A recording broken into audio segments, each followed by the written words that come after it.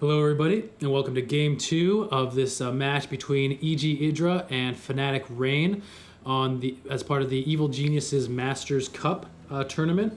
And this match is going to be taking place on Metalopolis. This is the GSL version of Metalopolis. You can tell because of the supply depots here, preventing any kind of wall off from a Terran or a Protoss rolling off this ramp with pylons or bunkers.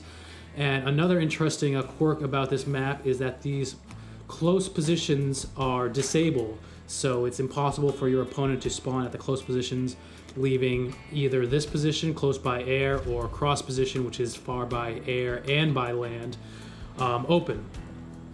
And once again, we have spawning as the green Zerg, Evil Geniuses Idra. We'll see if he's able to shake off the effects of losing the last match to FnaticRain's early 2 racks pressure into a Marine and Siege Tank push that was able to contain Idra on his base.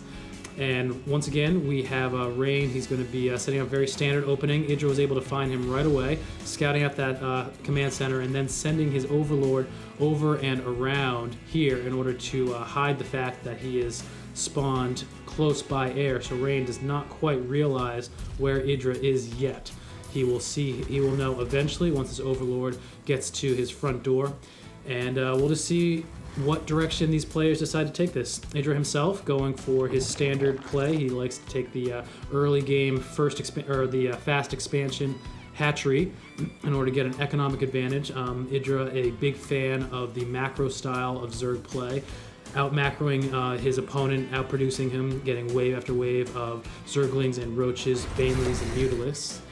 And for his part, it looks like Rain is going. We'll see if he goes into his 2 racks again. We see a Tech Lab going down, so it's unlikely that's going to be a 2 racks play. Perhaps it's going to be a Reaper opening, some kind of Reaper harass. He has spotted the hatchery, and we'll see what this sneaky SCV does. It looks like he's going to be going for a bunker, and we'll see if Idra sees that. He has not spotted that yet, but this drone is going to be scouting over, finds the bunker, and we'll see how he responds to this.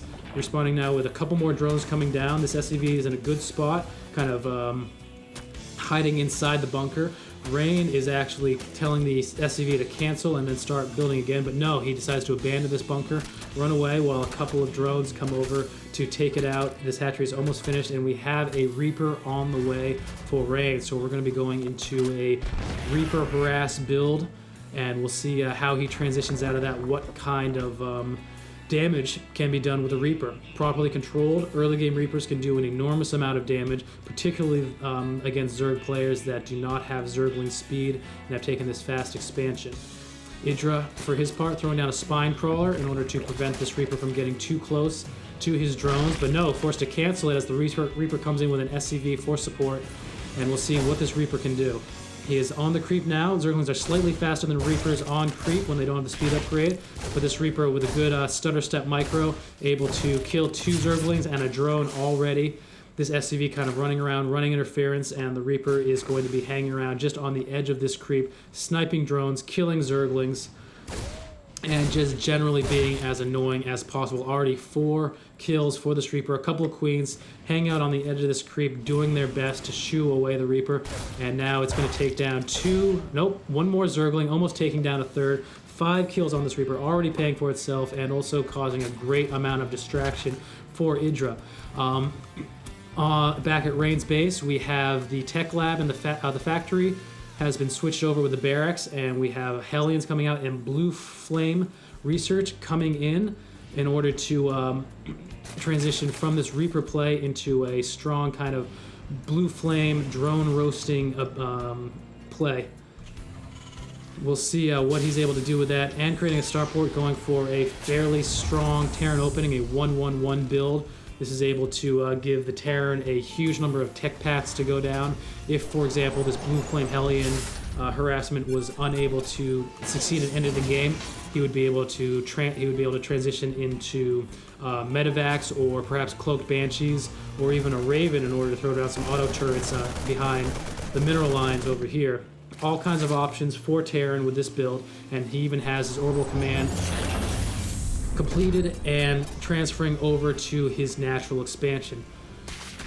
So we will have EGIdra working on 2 bases, Rain soon to be working on 2 bases himself, and we'll see what kind of response EGIdra has for this. Although he is playing kind of in the dark, he has been unable to scout inside the base, and in fact the Reaper on the watchtower able to see these scouting Zerglings run in, and EGIdra is going to get 0 information as these Marines take out those Zerglings with no problem whatsoever.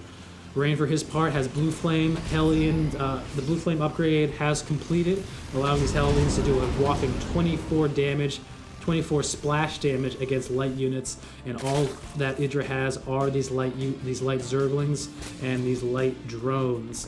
So we'll see what he's able to do. One Zergling gets roasted immediately, so EGIdra is now aware of the fact that there are Hellions on the way with the Blue Flame upgrade, and instead of going to the front door, Rain has decided to drop right into the back of EGIdra's base. Probably going to take out this Overlord here. Overlord has gone down, nearly supply locking EGIdra and doing an elevator drop with these Hellions. Now we have Reapers, a Reaper with the Blue Flame Hellion and a lot of Marines doing tons of damage, roasting a bunch of Zerglings right off the bat. These Queens are taking an enormous amount of damage. Zerglings trying to get a surround on the Marines. Here come the Baneling.